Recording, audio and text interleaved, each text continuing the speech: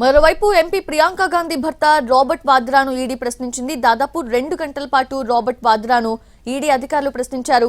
Land deal కేసులో ఈ నెల 8న వాద్రాకు నోటీసులు ఇచ్చింది ఈడీ.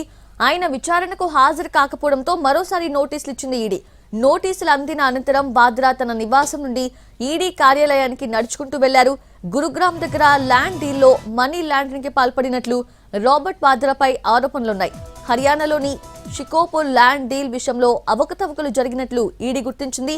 రాబర్ట్ వాద్రాకు సంబంధించిన స్కైలైట్ హాస్పిటాలిటీ సంస్థ అక్రమ లావాదేవీలకు పాల్పడినట్లు ఆరోపణలున్నాయి.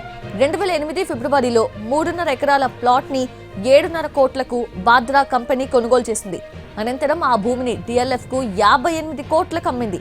డిఎల్ఎఫ్ కు 58 కోట్ల భారీ లాభంతో విక్రయించడంతో మనీ లాండరింగ్ ఆరోపణలు వచ్చాయి. దీనిపై ఈడీ విచారణ జరుపుతోంది.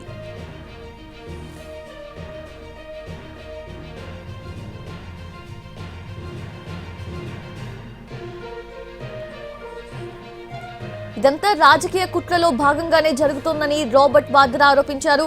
ప్రజా సమస్యలపై పోరాడే వారి గొంతు నొక్కడానికే మోదీ సర్కార్ ఈడీ, సిబిఐలను ప్రయోగిస్తోందన్నారు.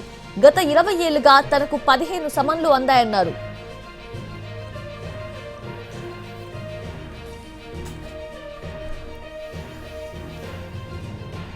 తనను ఇబ్బంది పెట్టాలి అనే ఆలోచన మినహా ఈడీ కేసులో ఏమీ లేదన్నారు రాబర్ట్ వాద్రా.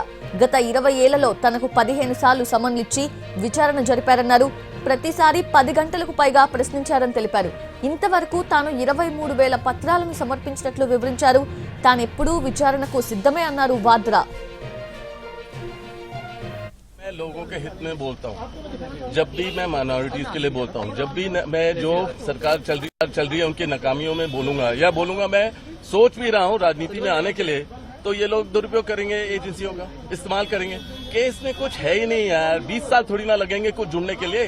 15 बारी गया हूँ, 10 बारी बैठा हूँ और 10 घंटे बैठा हूँ और 23,000 डॉक्यूमेंट दिए हैं। फिर से एक हफ्ते में बोलते हैं सारे 23,000 डॉक्यूमेंट